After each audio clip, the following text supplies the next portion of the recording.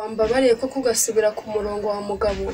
Ubu ngubu bazajya bagenda bahora baduseka urabona nta rukweto nta mwenda abana bari kubirukana ku ishuri. Wambabariye koko. Wambara ukisubira. Ariko zuragira nzubire ku murongo ndi telefone yewe. Besta telefone nibyo mvuze ariko wagiye wumva neza kandi dore ni ibi ngibi.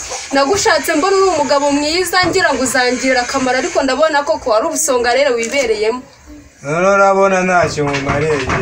Ukimariye se gute abana batari kujya ku ishuri? Ubusaka kamashini sinagakwiye ku isoko nagubona ko nakazanye mu rugo. Sinabuza amafaranga so kwishyura banke. Naryaga ari uko nkoza aho ngaho ku isoko mbonye umuntu uzana isombe nkamusera none se ubu nzajya mbikora gute none ndaje se none ingenze isika noneho. Ndaguzunza ariko ntabwo ntunze wa mugore w'abanyamagambo. Ntabwo ntunze. Kuko untunze nanjye nabona amafaranga y'ishuri. Ahubwo uraza ukinywera inzoga gusa. Jewe ko nize urabona bimariye. Ntacyo bikumariye kuko wabimenye. Ariko rero ntago shaka abana banjye bamera nkawe. Mbabarira uzana amafaranga ndihira abana y'ishuri cyangwa se ugende ube mu kabari menye ngo urahabaye. Ega ninywere no kunzoga ureke kuntera stress. Inywere nta ribi ubwo ngewe urabona ndi bunywe iki? Unywa amazi cyangwa unywe fanta nayo. Ujya kwibera rero aho wibera. Ko ntago ngiye nakomeza kubana nawe. Aho kugira mbane nawe unesha moto nzibanira na burarirwa niturire mu kabari. Ibyo byanyorohera nanjye nkamenya nkimenya. Ndabona usigaye uneje umutwe bikomeye wa mugore. Ndabona warambanye icyorezo pe. Mwebwe ndi icyorezo cyiki? Urenze na corona. Uzagende rero wibana ubane utabana n'icyorezo. Ariko winsakuriza.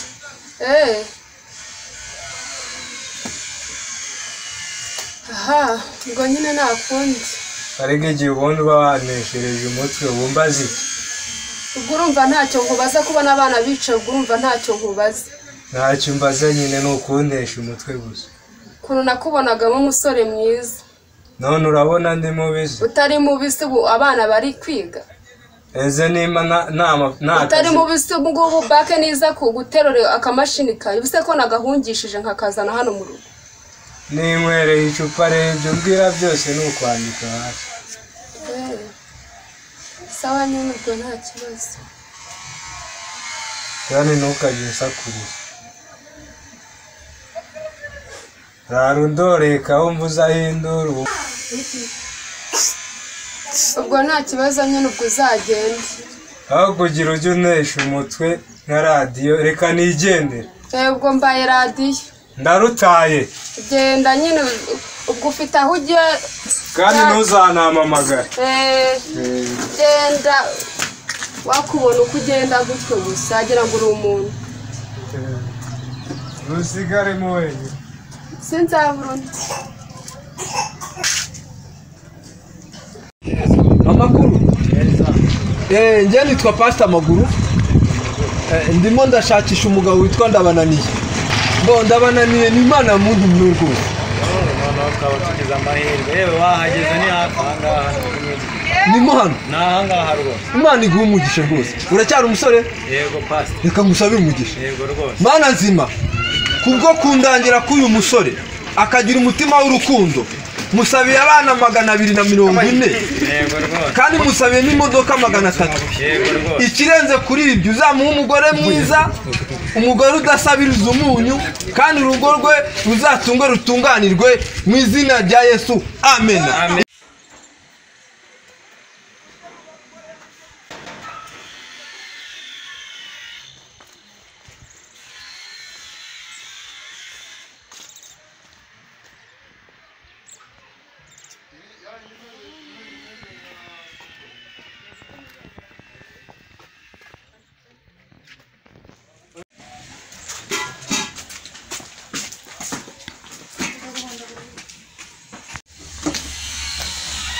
Mwiriwe. Amakuru. Amakuru ni meza. Aha niho kwa Ndabananiye. Nahangaha. Naha. Sekura uragenzwa n'iki? Oya ndashaka Ndabananiye Imana imuntumyeho. Haraho yaragiye. Haraho yaragiye. None se niwe madamu wiwe? Ni njyewe. Ndabona n'ubundi urebana ibibazo. Imana nijibeshye. ndabona n'ubundi usa n'uwarushye aho rero icara ubwire rero uri pasiteri Yesu ashimwe ahimbaza ni amahoro amaraso ya Yesu aguhumanure amina maguru ese ni wowe maguru ninjye maguru ujya wumva kuri YouTube usengera abantu bapfuye bakazuka ninjye ese wabonye ndi umupfu oya ntabwo ari cyo kinzanye ahubwo ushobora kuba utari umupfu mu buryo bw'umubiri ukaba uri umupfu mu buryo bw'umwuka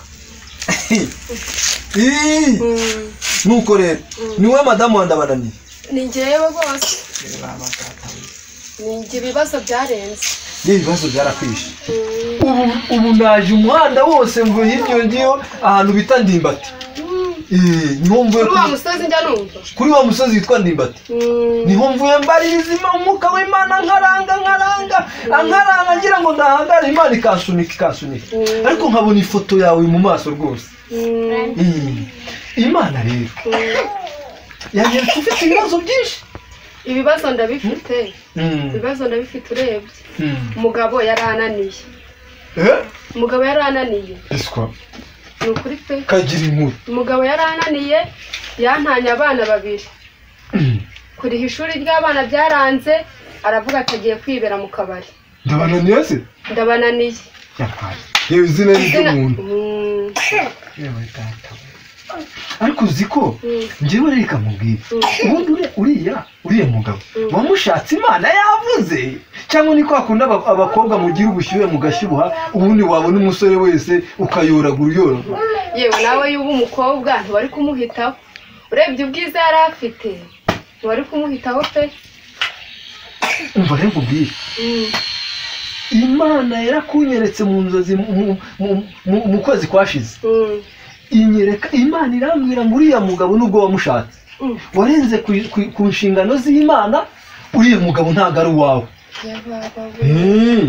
uwanjye arahari Imana niko yambwiye mbese urareba nanjye nkabibona nabone n'uri umunyabibazo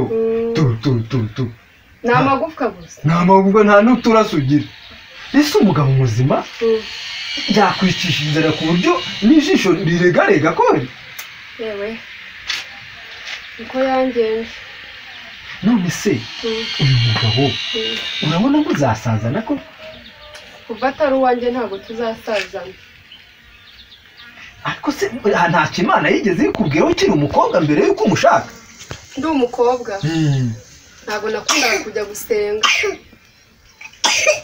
bivuga ngo wamushatse ubu nta makuru ufite ntayo nari mfite ntiwumva se buriya rero ikibi icyo ni uko mukora ibintu mutabajije Imana ubundi kugira ngo ugire urugo rwiza urabanza ukagira ukajya imbere y'Imana ugapfukama ukabwira Imana ngo Mana abari ndashaka kubaka ariko nkeneye urugo ruturutse mu biganza byawe abasore abakobwa bubakirwa n'umugabo witwa Kristo Yesu ashimwe haleluya amina ibi byose urimo rero ni ingaruka z'uko utabajije Imana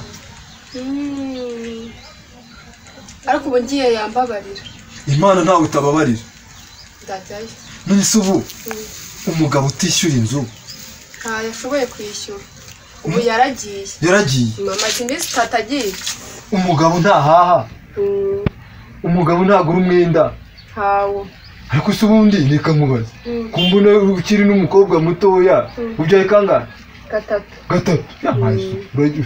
uracyafite amahirwe ubu se ndayafite yampaye isuka amaguru uracyafite amahirwe warongorwa n'umusore mwiza ugenda ukaraga imodoka ufite na kenkayo Imana se yamuzanye wenda gusengera ubundi reka nkubwire uwo bita pasiteri Maguru arema n'ibitabo bikaboneka niwe Maguru cyane ni njyewe urengeye kugusengera Imana ariko urahitamo ibintu bibi urahitamo kureka ndabananiye ubundi wemere kumesa kamwe uvuge ngo ndabananiye ndamuretse ngiye gushaka undi mugabo cyangwa se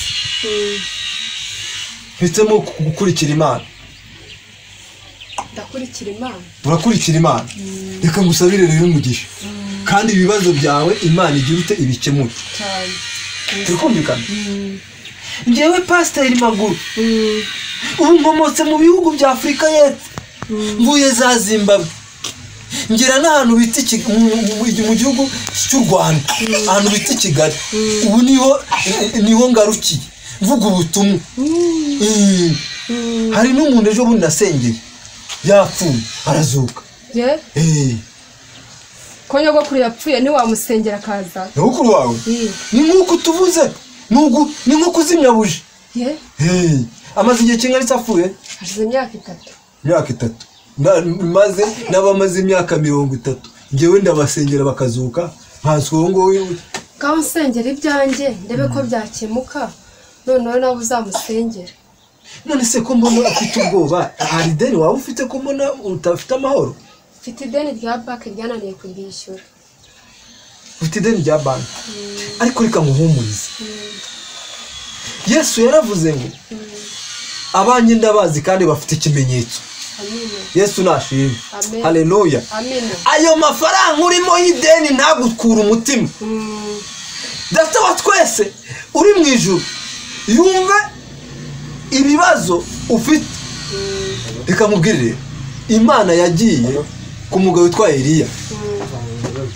iramubwira ngo jya ku kagezi kitwa Kereti aho ngaho niho nzakugirira neza Imana iramubwira ngo jya ku kagezi kitwa Kereti aho niho nzagutabarira haleluya Yesu nashimwe agezeyo ngo yari arimo arahigwa n'umwami Ahabu wayoberaga Isirayeli ngo amaze kugeraho Eliya ngo asanga ako kagezi karaho kariho ibikona kariho inyamaswa aho Kereti ageze abona ngo biranze abona nta kizashoboka ariko ijambo ry'Imana avuga ngo turiza aho ngaho niho nzagusanga humura rero Imana yamutungiye ku kagezi kitwa Kereti atungwa n'igikona nawe ubuzi murimo biragaragara neza ko utunzwe n'igikona Imana iri mu ruhande rwawe wowe gusa ikintu ugomba gukora ugomba kuba umugabo agutaye ntabwo bivuze kwiyandarira ntabwo bivuze ko ugomba kugira ingeso mbi ahubwo ugomba gukurikira umugabo witwa Kristo akaba ari ukuyobora ubundi Imana ikaguha umugisha ngaho niyo hano gusengera Imana imbabarire gusambana Imana ikubabarire Imana imbabarire kwiba Imana ikubabarire Imana imbabarire kureba ibitandeba Imana ikubabarire kureba ibitakureba Imana imbabarire kuvuga ibidahesheje Imana icyubahiro Imana ikwezi gutungana Imana imbabarire gutukana Imana ikubabarire Imana imbabarire nta kindi Imana ikubabarire kubwo guca bugufi imbere y'Imana ukemerera Imana ikakuyobora ubaka kandi Imana igira abagabo igira abasore nta kintu Imana ibuze mu biganza byayo kandi ubu tuvugana Imana igiye kuguhindurira amateka haleluya Yesu ashimwe ngo Abisirayeli bava mu gihugu cya Egiputa ngo babonaga bikomeye nta nzira ngo ariko bageze ku nyanja barahindukira bareba inyuma ngo babara amagare n'ingabo za Farawo haleluya ngo ariko Mose arangije abaza Imana aravuga ngo mbese biragenda bite ese muri Egiputa nta marimbi yari ahari kugira ngo uje kutwicira ku nyanja Yesu nashimwe haleluya ngo arangije ngo Imana iramusubiza amubwira ngo tuza ngo abo banyegiputa uri kubona ntabwo muzongera kubabona ukundi amen gira ukwizera ibibazo uri kubona ntabwo uzongera kubibona ukundi ngiye kugusengera mu izina rya Yesu amen Mana nzima Imana ikiranukira kutwumva urubuhungiro bw'abakwizeye kweretse uyu mudamu umugabo wenda bananiye yaramutaye asigaranye n'abana 3 ntagira amafaranga yo kwishyura inzu afite n'ideni rya banki ndamusengeye kugira ngo ureme ibitariho biboneke ni wowe shyira ikuzimu kandi ugakurayo musabiye umugisha utagabanyije kandi guhera aka kanya ibiganza byiwe data wa twese ubihereze amafaranga kuko arayakeneye urakoze ko ushoboye byose kandi mu gihe gikwiriye data wa twese uzamuremera amashimwe icyubahiro n'icyawe mu izina rya Yesu amen Imana iguhe umugisha kandi usigarane n'amahoro ya Kristo amen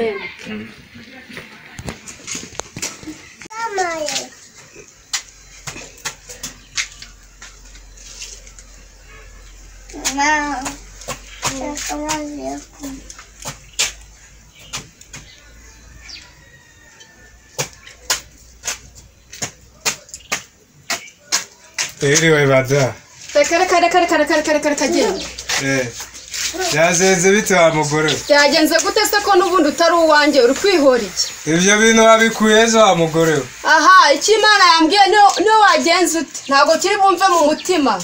Isezerano ryanjye ni Imana. Iyo Mana se mwahuriye wa Reka genda. Uje hano gukora iki? Ko wari warantaye, uje hano gukora iki? Mada nizubiyeho rwose mbabarira. Wisubiyeho ibiki? Ko n'ubundi uracyari umusonga rero n'ubundi uko nkubona.